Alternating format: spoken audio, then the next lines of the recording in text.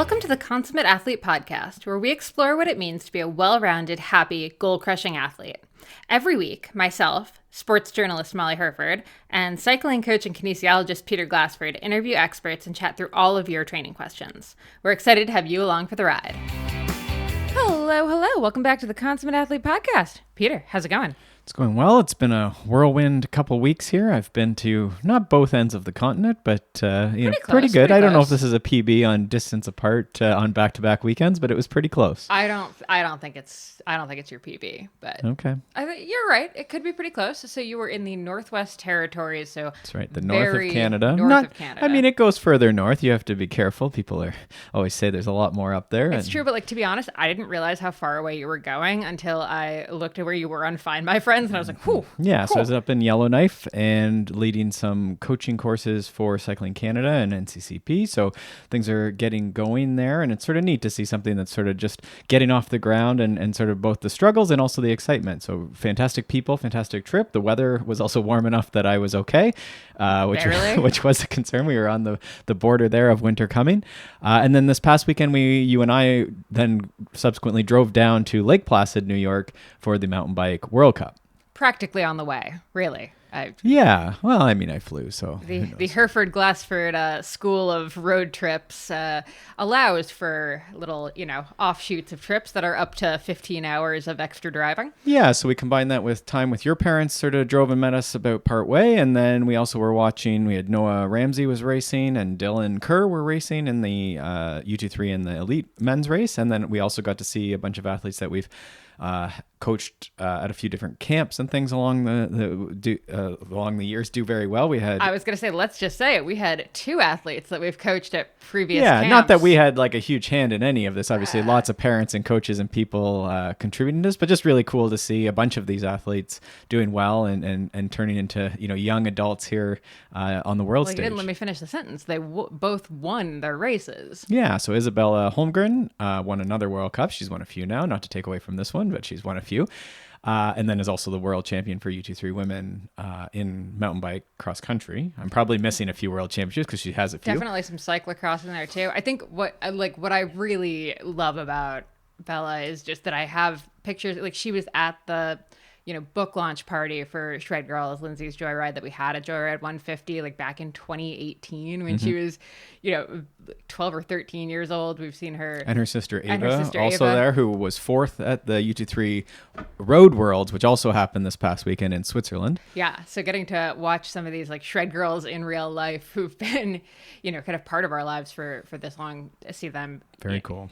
Grow up and, be doing these amazing things is so cool. Cole Punchard won the U23. He won the U23, that was awesome. And if you didn't see the Canadian party at the finish line, it was erupting because there was also Owen Clark. Did very well. He was in the top 10. You could say 3 in the top 11, top 11, and then Noah was 11th. So there was just all of the Canadians sort of came to the finish line, and I don't know if there was any sort of consequence for that, but they were having a good time. So pretty cool. Yeah, so great weekend. Canadians swarming the finish line is still very polite. It was polite. It was very polite. Positive. Yeah. Really not a lot of problems there. So all just, super exciting stuff. Really, really cool to see. Is there anything else in the world of cycling right now going on? Cyclocross is here, which is great. I'm very excited to get into watching some cyclocross. We are gearing up for a bike tour in just 3 short weeks. We'll actually be in Italy on an Ingamba bike tour. I do a lot of writing for them. I'm super excited to be going on this trip. Yeah, very snazzy trip. So if you're looking for a snazzy trip, definitely check out their website and all the different trips that they offer. Mm-hmm. Yeah, so that stuff's going on. I was so excited. Lake Placid. I've been there for Ironman training camp, so it's definitely really going back to taking myself back to those dark days of triathlon training. But I got my dad in Mirror Lake on the paddle boards actually, so that was super fun. DW Dad and I got out yesterday or Sunday morning for a quick paddle. So yeah, lots of really cool stuff with that. So we have 3 questions today. 3 questions. Do you want to tease those early in the episode so folks know what they're in for? Yeah, I love all 3 of these. Okay. So we're talking about training during stressful periods and kind of whatever kind of stressful period we're talking about. I saw this question, I was like, perfect. Tell me more. Strength for masters and running for masters. two related, but I would say like pretty different, like almost different different but answers. the same, but yeah, different. Maybe related, maybe complementary even, but common. This, these are all fall questions. It's getting stressful, whether that's the holidays or your family wants you to come and participate in being part of the family again, or I don't know what it is, like year-end crunches with work, or there's just lots of things. Life's always stressful, but it does seem like towards the fall I'll get more of these type of things going on. So I thought it would be worth talking through that. All right, before we get into that, quick thank you to one of our sponsors. We're talking about Payable. So actually, my author Misha Powell from Strong Girl Publishing, she has her new book out, Sprinting Through Setbacks. She just did a talk at a different book list in Toronto this weekend. Like 50 people there, super awesome. And in order to do book sales, we actually use Payable, which lets you take payments in a Google form. So it is just the simplest way that we've found to be able to do sort of like especially like one-off in real life payments. Like you don't want to have a Square terminal set up. You're like not doing anything. You're doing kind of these like one-off event type things where you just needed a quick way to do it. You maybe only have a few minutes to set it up.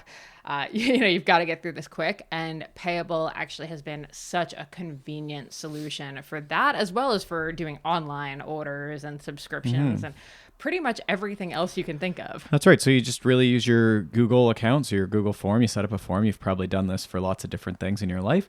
And then you just require a Square or a Stripe or a PayPal account, which is, free and lets you sort of connect it to your bank account.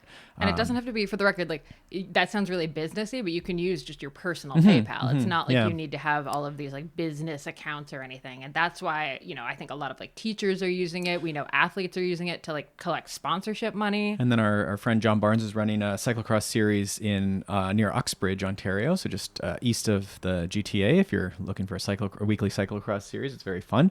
But that's how he's doing. I think I think you can register day of for that, but also there's like a seasons pass. So you pay for all the races. So rather than having, no one really has cash on hand anymore. So yeah, they have the QR code and they just same way you're selling books at these events is person scans it, pays with their phone, with their card or their PayPal account or whatever they want. And what I really love about it is like, yes, you can take payments in, the Square app or something off of your phone, but then that requires the person has to like use your phone to type in their credit card info. The awesome thing with it is like it's just a checkout. Just scanning the QR code on their own phone, inputting their credit card information. It actually takes Apple Pay too with the phone. So, and I think Google too. Yeah, so that makes it super slick if, someone's just doing it on their phone in real life, and then they can just show you like, boom, it shows up at the checkout, like you've paid, great, here's the book. So when we've had long lines for the book sales, people are just doing it while they're waiting in line. And then they come up to you, they have the, green check mark and boom, here's your book. So if you want to find out more about that, it's payableapps.com. They have templates for Google Forms. So if you're like not really sure how to set it up or like what exactly you want to do, there's like dozens of forms for kind of every different eventuality. So definitely check that out. Okay, on the note of stressful things, because I was trying to get that book talk like sorted out while we were at the World Cup with my parents and also trying to train, and we're trying to get ready for Italy, and we have like a lot of stuff going on. So stressful things, this is just a fact of life for, I'm going to say, most of us masters athletes for whom racing and training are not our full-time jobs. So let's talk training during stressful periods. We had two different kind of like questions around this. The one is someone had recently experienced the death of a loved one and had been struggling to stick to their plan. Should they stop training, or are they just, should they be like going harder? And the other one is, probably the more common one I would say is work has been wild right now, long days, trying to spend some time with the family, haven't been able to train and just really frustrated. What do you do with that? So I think those are almost two different types of stress. The one is more of this like emotional, just like not feeling it. The other one is just, I'm in a stressful period and I don't have time. Well, and I think even whether you're like not feeling it, I think it's also you need to acknowledge that there's stuff going on, right? So some of us are not big feelers, if you will, right? Like we we might be able to tough it out and whatnot. But I do think that when you have like a death in a family or like long work hours, not a lot of sleep, these are in the past podcast, I spoke about sort of this 2-factor authentication, which I think we're all familiar with. You know, when you try and log into your account with your password, then a robot tells you that you're not who you think you are, and you have to prove it. Speaking of which, can we turn off the 2FA on your Amazon? Because it is really pissing me off. It's like 3-factor because now my God, it's so bad. Yeah, they wanted it works well. I mean, that's like the passcode. That's a separate story. All I wanted to do was watch Frasier while you were gone, and our TV I wasn't working. I like to have approval on this stuff.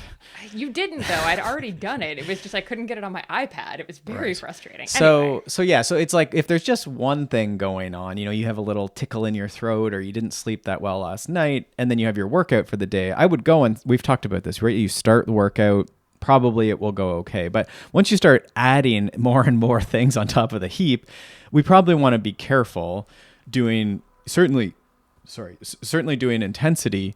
You know, and that doesn't mean you can't go out and ride. I think this is where the like punishment or the, you know, get out your frustrations and I just needed to like hammer it. I think there's a certain type of person that maybe that's true, but I think we want to be really careful because this is where we get into overtraining, that we do get sick.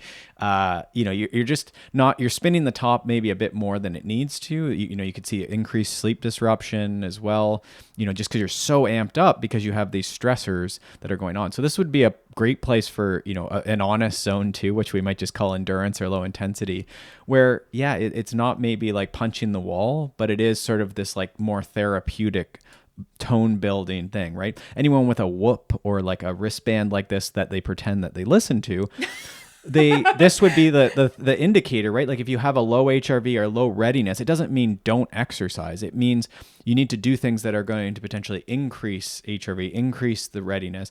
And so a lot of times this actually is like a low intensity workout will have the effect of raising that parasympathetic tone or raising that HRV, perhaps, right? You could certainly overdo that too. But I think generally, you know, we can take low intensity much further. So this is always pretty safe. And that would be my first step then, is just reducing the intensity. So even if your training plan had sufferfest intervals in, you will have to take a miss. And I'll say I do this all the time. I haven't done intervals in, I think it was before I went to Northwest Territory. So this is like going on 2 weeks, right? Yeah. I mean, to be fair, I think you probably would have if you had your gravel bike with you, but you have not had it.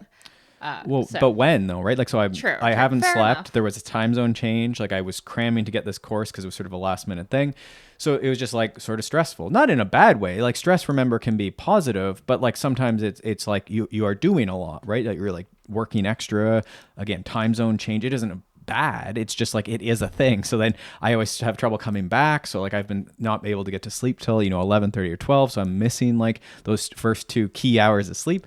So it's just being careful with that. But at the same time, if you said, do you feel fit? I feel very fit aerobically, right? Like I keep wanting to go and do this like FKT run up north because like I think I'm actually pretty well conditioned for that right now. But that's all the said, I've been like skipping the planned intervals in the set, right? Just because it's tough. Yeah, for sure. Yeah. And I think the other kind of low impact thing that, we talk about a lot, but has been getting a lot of traction in news and stuff lately is also walking. And this is like the answer I was thinking when you're talking about like work has been wild. I'm trying to get home for dinner with the family. Mm-hmm. Even the experience of death of a loved one, I think we often ignore like the benefit of just walking for both maintaining a bit of fitness, and also walking is often a lot easier to bring the family along, like go for the walk. Maybe have some talks about some of the stressful stuff. Yeah. Yeah. Like, if you for the work one where you're talking about like, oh, I want to spend time with my family, like the after dinner walk or even the before dinner walk is a great chance to talk. I mean, we work from home, we work together, like we're in the same room most days. We don't really talk until we're either on this podcast, which doesn't count, or we're on the walk in the afternoon with the dog. Like that's when we really like talk through stuff. And that could be a phone call with someone, right? And so it is sort of multitasking. Katie Bowman would call this stacking, where you're maybe having family time, nature time, some exercise time, some hips moving through range of motion time. And this is fairly therapeutic, right? They talk about walking to work through conflicts and stress and stuff often. So that would be often where I would go. And for a lot of us, a lot of the masters I work with, they don't like to hear this, but the actual training effect of walking for a lot of people is actually like getting into zone 2, maybe just zone 1, but zone 1's also beneficial. But for a lot of people, that heart rate's starting to certainly tick up over 100 beats. And if not towards, 110, 120, which is getting into zone 2 heart rate for a lot of us. Especially if you live in a hilly area. So I'll say like we were in Lake Placid, and to get into the town, we had to go kind of up a big hill and down. And my mom and I went for a walk on Friday while you and my dad went to the course to watch the U23 short track. And, we were both breathing pretty heavy going up that hill. And, I didn't really get to do a lot of like proper training that day, but that walk was great. Like it was time with my mom. It was, time with carrying the dog, etc. Yeah. So I think that, what the heart of this thing is, you do have to adjust your plan. So if you have a coach, let the coach know that you've had this large disruption or small disruption. And so the athletes that I coach, they just email me, and it doesn't have to be really polite or anything. I just always say, like, just tell me, death in the family, I'm going to be offline for 2 days, or, what do you think I should do? And a lot of times it's, we're going to do, if you have 30 minutes to train, then we'll do 30 minutes of spinning or walking or whatever there is. It's not that you're going to get punished for being, in a stressful period, but we want to adapt the plan to that. And hopefully that makes sense. Sometimes people think I can fit it all in, but I think that that's missing the point of what training is, right? It should be specific to you. And indeed, as we get into coaching and bigger goals, it needs to be. If it doesn't adapt, like, people want to stick to that original plan, which often is just made in pencil. They say, rough, based on what we are guessing will happen. But we never guessed that there could be this large disruption. Couldn't guess that you were going to get sick or have that little niggling injury or have this disruption at work or you're not for some reason sleeping for 3 days. We didn't know that. So now that we know that, it would be lunacy to not adapt the plan if we had the chance, right? It would be, I don't know what the analogy would be. Maybe you can think of one, Molly, but you know what I mean? Like you have this information, or maybe we're like driving in the car, we have to get to this place, and there's this big sign that says like turn left because like there's a big closure ahead, and you decide to just keep ramming through the construction and go really slow instead of taking the left-hand turn, which is a diversion, but it comes back, right? The detour comes back to the route and gets you there. Okay, so here's where that analogy breaks down is actually, I think the best part about having the coach for this stuff and having someone who's like helping you kind of like figure it out isn't necessarily during it where you're just kind of adapting it down. It's also where you're coming back to it, because I think there's a lot of people who, they'll take the like week off because of the illness or the death of a loved one, etc., or like work's really hectic. And then they just jump right back into the prescribed training plan. And often, especially if it's been, over a week or, it was like an illness where you're kind of still like a little under the weather, you still have a lot of stuff going on. You can't just jump right back in where you left off. Sometimes you kind of need to like gently ramp it back up a little. So there's still some like more minor modifications that will actually like really help you gently get back up to speed, versus just kind of like, okay, I was stopped for a week and now I have to like get right back into the exact training plan, or even I need to like double up or like go extra hard because I was off for this long. So yeah, you'll see that, right? Where the week of, maybe they just put everything on the weekend and try and, do 3 rides in one ride, which again is like, if that was the option, why wouldn't we have been doing that to start off with, right? If that was the optimal solution, right? It's not like the body is going to absorb it. I often... We've talked about the sponge, which I think is like a Steve Neal, or at least where I heard it, where you talk about like, a sponge can only absorb so much. We're all different sizes of sponges. Some people can take a ton, but at some point, it's full, right? It's very similar to the cup analogy if you think about it, but you have to just wait for it to go. So if we just started pouring a fire hose onto a sponge, like, what that would look like, right? Whereas if it was just like little drips, right? And I think that's sometimes that analogy is good, where you can't just suddenly dump the whole week's training, all at once. But if you dropped it in little drips, then it, the sponge will keep absorbing it, right? And that's what we want, is to absorb the training so that we can get fitter. Yeah. And then I'll say the last point I have on this really kind of leads into the starting strength for a master cyclist. I think the best thing you can do is, if you're listening to this and you're not necessarily in a stressful period, I'm going to say the like 5 to 10 minute morning routine of like stretching and some like core strength and like basic like body weight exercises. I think that has been like the number one thing, and I've said it a billion times, that like I've done over the years, is developing that habit of every morning I have this, now it's like up to 15 minutes, but 15-minute morning thing that I do without fail, like 99% of the time. I think I skip maybe like 5 days a year, say. And I think having that habit pre-established before the stressful stuff, even when it is like a stressful situation, like I don't even think about doing that anymore. Like it's just the thing that I do in the morning. So it's kind of, no matter what I do with my running or biking or whatever, I've done that at least. And I think that's really helped me maintain fitness in times where we haven't necessarily had the time or the bandwidth to do our normal training. So for sure. And I mean, maybe, I don't know, like I think that's probably a good reason to do something like that. It might have to be, I've seen you curtail it so that it's pretty short sometimes as well. Just a piece of it, but certainly to think sometimes stuff just gets really busy and you're not super able to, but I do think taking that, if it's 1 minute of sun salutations or meditation or 1 minute walk or 1 minute of push-ups or like whatever it is, probably that's worthwhile. Again, when we think about all the benefits of exercise, right? We're thinking of this outside of certainly fitness for a bicycle race in this case, right? But we're thinking of just the routine of movement, but then also just any of the benefits that we would expect for mental health or metabolism or mobility. Yeah, and I think it just keeps you in the mindset of like, this is just a moment in time versus, I think if you don't do anything for 2 weeks, I'll say I find it very hard to get back to it if I haven't done anything, but kind of maintaining that habit I think can be really helpful. So if you haven't started something like that, again, even if it's 30 seconds, like roll out of bed, 30-second plank, you're done, great.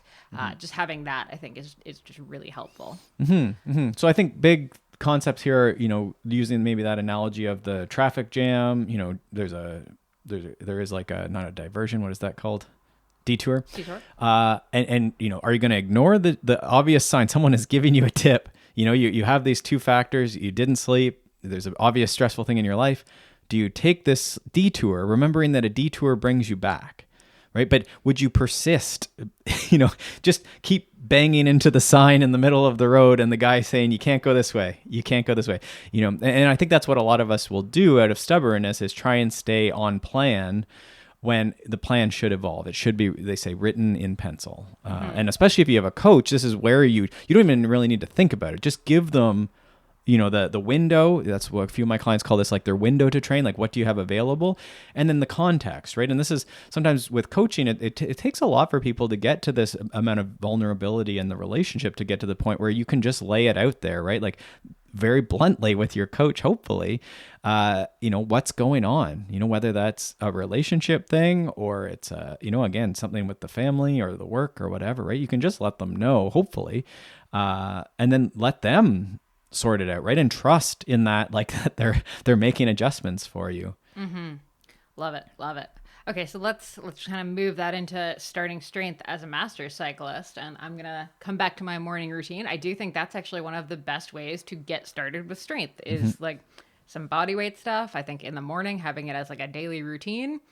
I think I would say for me, as I'm hitting, getting into master's age here, like I would say that makes it so that if I go away from strength training and come back, I am still perfectly capable of lifting the weights that I was lifting and not hurting myself. Because I continue to have that like mobility and body weight strength just kind of dialed. Sure. Well, and again, if we use that sponge analogy of the drip versus the fire hose, right? The fire hose just blasting down on this, if you just picture like pressure washing a sponge on the ground. So that sometimes some of us will be like, yep, going to CrossFit class and I'm just going to somehow jump right into this. Off season, CrossFit. or go to the thing, load up the bar and just, throw out my back and then that's the end of it. So that's like the fire hose power washer to the sponge.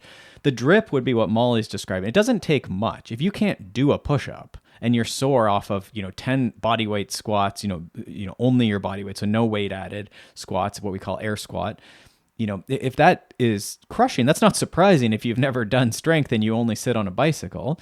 So what do you need to do? You don't need to do a lot. You just need to drip. So Molly's saying just do push-ups and some squats in the morning, back and forth for, whatever, 10 and 10 or whatever it is, right? 2 and 2, go back and forth and whatever. I always say, what exercises do you know? Right? Most people know push-up and maybe they know like a lunge or something. And I love that because I think very often, I was saying my dad is very much a gear guy, and that's definitely like my personal slant. So he builds the squat rack and takes 2 years to get the squat rack ready and then throws out the back once you get it all built. Well, there's a reason there's that one like Nautilus machine in the garage that hasn't been touched for 15 years. And some of us are like that. You like to have the perfect thing, but it is getting started while you're doing that is important, right? Because there are a lot of these it comes quickly, honestly. Like if you just give yourself like in 2 months, this is true for running and strength, 2 months and you'll be amazed at what you can do. But if you try and do it today with these two things specifically, you're going to be in trouble. I think it's true for biking too, but people maybe get away a bit more with biking because you're not loading it. There's not that soreness as much. But with running and strength, you need to be careful, right? And again, when we know that we're just trying to adapt, if we drip onto that sponge, if we gradually progress, you're going to be able to progress for a long time, right? If we just have our body weight this week for push-ups, next week we make it a little harder and a little harder and a little harder, you will go forever in what they call linear gains. But if you try and jump on it right now, the idea is that you're going to really flatten that possible benefit, right? And or you're just going to quit, right? Because you're going to get sore or injured, and then you're not training like in a nice, gradually building way, right? And so, especially for someone who's really keen on cycling, it just doesn't need to be that complicated, right? Like just get started with it and let it augment your training. The nice thing about cross training and why we love it is that it should be a break from having to compare and have an ego and check Strava and all this stuff. Like let it just be crappy at the thing, right? Like, yeah, you're a cyclist. You can't lift. You're not a power lifter. Like you're not going to beat other people like this. Nor should you be, or do you Well, you can do whatever you want, but you need to pick, right? So I think this is a chance to just take the ego out, start with body weight. Next week, add a little 5-pound weight for your squats. Next week, go to the 10-pound. Like you'll be surprised how quickly, or how gradually, but also quickly. Again, and 2, if you just increase like a pound, in 8 weeks, it's going to keep building and building and building. I've always said I really want to see a new parent do this, where they just squat their kid every single day till the kid leaves for college. Like I want you squatting your like 18-year-old teenager. Right. So, that's the one way to start, is that sort of morning thing. The one routine I sort of like too, that we give a lot of clients as we're coming into the fall, is sort of one set of 8. So we get 8 exercises and we do one set of 8. It's pretty straightforward. So you warm up with some active flexibility. This is like side, lunges, sumo squat, elbow to instep, inchworm. Maybe some of these words, maybe not. You're sort of just moving around, warming up. You might look a bit like a yoga routine or something, right? Yoga has all these shapes in it. So if you like yoga, warm up with yoga. And then we're going to go and we're going to do sort of, when you think about strength training, there's sort of 6 things. I said 8 exercises. So sometimes we'll have duplication, right? So you could say legs, we could do like a deadlift, a squat, a lunge, right? Those are all for the legs, right? But when we think about a basic, like, is this a good strength routine? You sort of look for a push and a pull that's horizontal. So this would be like push up would be a horizontal move, and then reverse that would be a row. So a bent over row, right? Or maybe you're pulling on a cable machine or one of those TRX suspension straps. So those are horizontal. Then we have vertical push-pull. So that's like a pull-up, right? Or the reverse of a pull-up would be overhead press or a military press. So you're pushing the weight straight up in the air. And then hopefully that makes sense with like a pull-up or a lat pull, like the cable machine, we're pulling down towards our head. So that's 4 exercises, push-pull for the vertical and the horizontal. And then with your legs, they say there's push and pull. So push would be usually something like a squat. And then pull would be more something like pulling something off the ground. So that'd be more like a deadlift. And so that's sort of 6 exercises. Now you could add some, like 7th might be something like crawling or a plank or something like, you might call it a core exercise. And you could probably add even one more, but usually with cyclists, I'll probably add one more leg exercise of some type, or even something like a farmer's carry. So there's sort of those 2 extra if we go to 8. But those 6 basic things are, when I look at a routine, I'll just check off those 6 things and then ask why we're not doing some of these things. With master cyclists, you're often going to find there's something going on with the shoulder that they're not really comfortable going overhead. So then we need to work around that by using sometimes you can just do one arm to work around it. Sometimes it's more just like sort of therapy. I call them therapy exercises, like you're working on your rotator cuff exercises, or just another horizontal like shoulder exercise that's not going so far overhead. So there's lots of ways to work around that, but that would be sort of like the reason sometimes you'd see if someone has an injury, especially as we get into masters cyclists who haven't strength trained, we'd have to be careful with some of these, right? So you might just do a substitution there, right? So so that's sort of like your basics of getting started. And again, don't complicate it. Really, anything will work for the first 6 weeks. That's a Dan John concept, right? Of everything works for 6 weeks. And when you're starting, anything works. So just don't do it too much. So remember that like one set will probably have you sore tomorrow. So do it. And then do it again and do it again and again. And that's the idea, right? Come back again soon. Yeah. And I mean, the reality is the cool thing about this is, I mean, we've been doing this in our house with the door frame pull-up bar and an adjustable dumbbell. That's pretty much all we have. Like we have a couple kettlebells and a couple other like random things, but those are like the adjustable dumbbell and the pull-up thing are pretty much the two things that we travel with. And like, if we're going for a while, that's what we bring. That's really all you need. That is an under $75 spend, basically. I don't know what those adjustables cost, but yes, probably something like that for one. Yeah. And a lot of people will start with, a 10 or 20 pound. Like, again, I don't even think you should buy stuff because you probably have enough weight in your house. If you look around, like your kicker trainer, your indoor trainer weighs a bunch. So that's a bunch of weight, it's sort of crushing, but the soup cans idea, bottles of water, what else do we have that's, cinder blocks, rocks, it doesn't take a lot. Again, when we're starting like today, drop and do 10 push-ups, 10 squats, repeat it 3 times. That's probably good for day one, right? Maybe you do a little bit of warm-up yoga or something like Molly's suggesting too.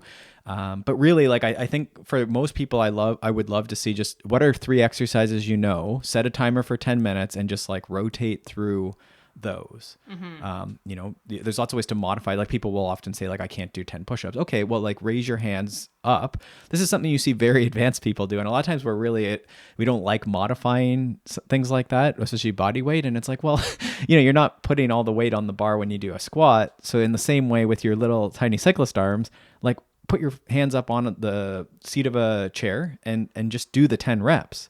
Right? That's the idea. It's sort of like reducing the weight in the way that we add weight. So, and then what is that? That's a goal for this next 3 months is to get to 10 push-ups on the ground. And what an empowering thing when we get that, right? That's a great thing about strength is to see that progress because sometimes it's hard to see it in cycling, especially if you've been doing it for a long time.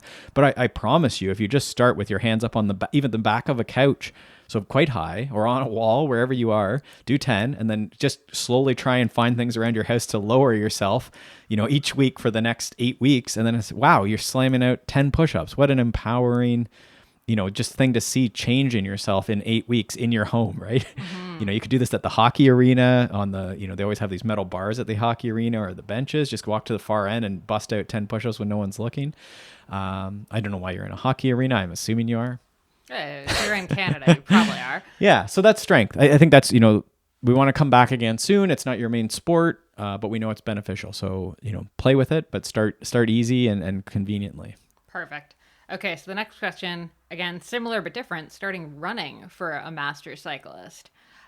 So the first note we have is very similar to the strength, which is a little and for the long haul. So we want to start very small, and we want to be able to keep doing it and keep doing our actual sport. Well, and remember, right? So we had the sponge analogy. What would be the fire hose power washer idea is, go and run a 10K because you're a super fit cyclist and you always train for 1 hour or 90 minutes or whatever the duration in your head. Like mine's 90 minutes. So if I was being sort of dumb, I apologize, but I'm talking about myself. I would go run for 90 minutes and then not run again for 1 to 2 weeks, maybe have an injury I have to go to physiotherapy for, right? And then, okay, well, there's the fall. I did my running and I'll go back to cycling now. What we would refer is that this becomes something that you could even include throughout the year for the sake of consistency, right? Like one thing that I think has really benefited me as a master cyclist, I was in the Northwest Territories. I didn't bring a bike. So I just ran and I got to tour around and, did some errands while I was running. It's just such a great thing to travel with. And then in Canada, or a lot of places, it rains all fall and then it snows all winter, but running is always there. So it keeps me off the indoor trainer. I can still do quality on the trainer. I can do, a 1 hour run and then do a 1 hour trainer ride back to back. So now I have a 2 hour workout, but it really isn't that painful, because it's it's variable, right? And this is the idea with cross training. I always talk about that. I'm blanking on the name of the book, but I'll put it. It's Joyce's big high performance sports training, I think is what that is. And there's a cross training chapter. And I always say that as much as I love cross training, it's part of our whole philosophy.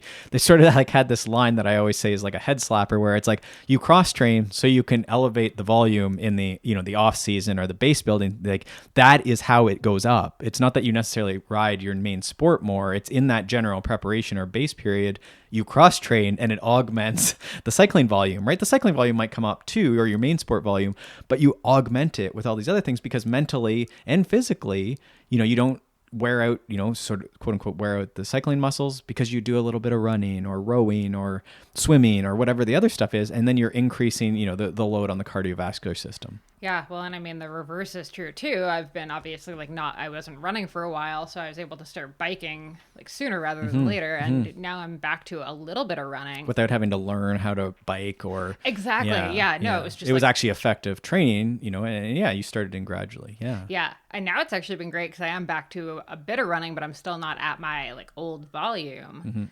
Just because I don't want to wreck my ankle by doing too much too fast. So being able to bike and then hop off and do a short run and then a bike, right. I'm now back to my normal training volume without that injury risk. Well, there's obviously always risk, but sure. I've cut it way down. Yeah, and we know, when you're coming, there's sort of this too much too soon, but there's also this interesting, it's a U, essentially a U or an inverted U curve, where if someone stops everything, how we might have treated an injury or a concussion in the past, right?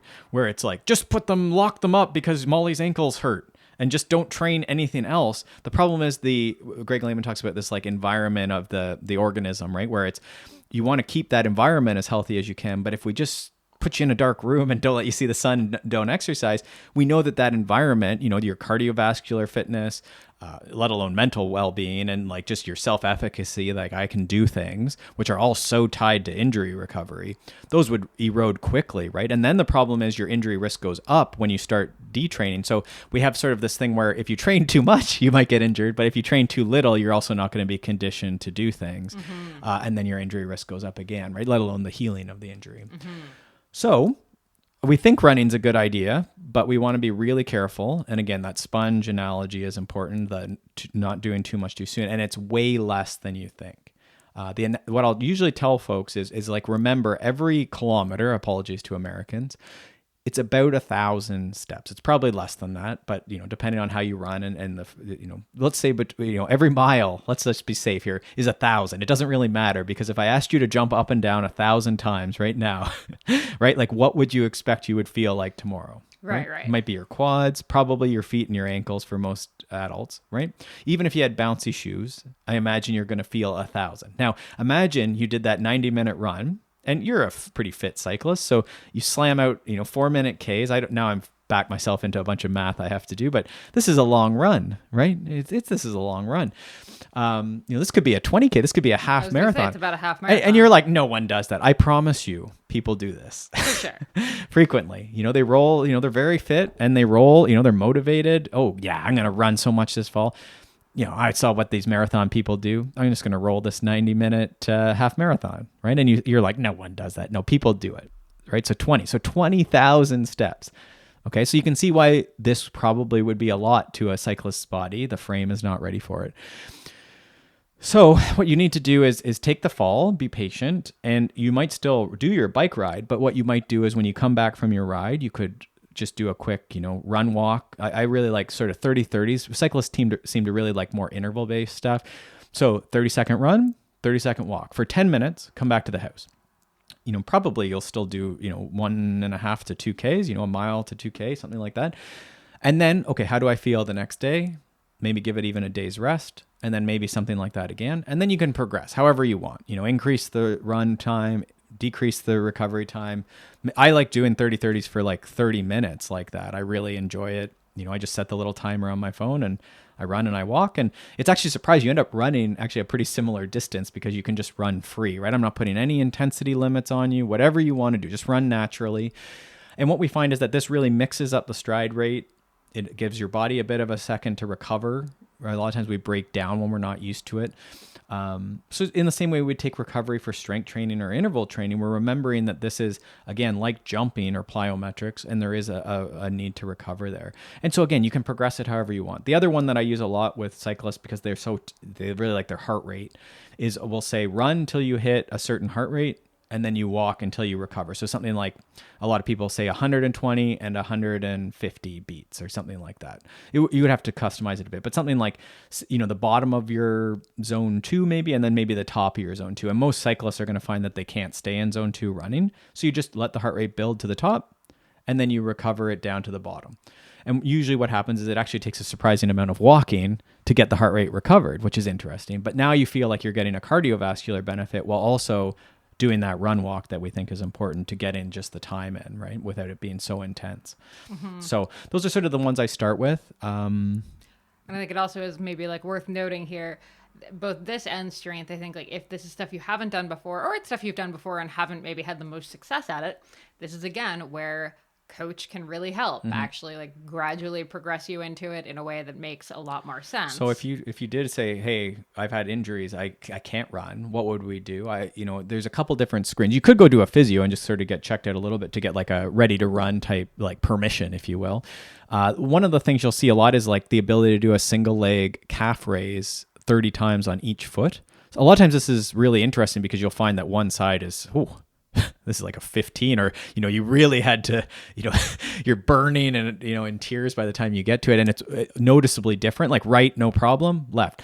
Oh yeah. And it could be either leg actually is the one that gets injured, right? You might compensate with the right and end up the right knee always goes. So that would be, what do you do? Well, probably you just teach to the test and try and increase your calf strength. So you could do calf raises on a chair or stair, I should say. You could do 2 up, 1 down, sort of eccentric. This is where it's harder on the way down. So 2 on the way up, 1 on the way down, and just build up that capacity, because that would be an interesting screen. I really like seeing, that you could do, say, 100 hops or skips. We use a skipping rope, would be nice if you can skip, but if you can't, then just sort of pogo jumps as if you're skipping, but without the jump rope.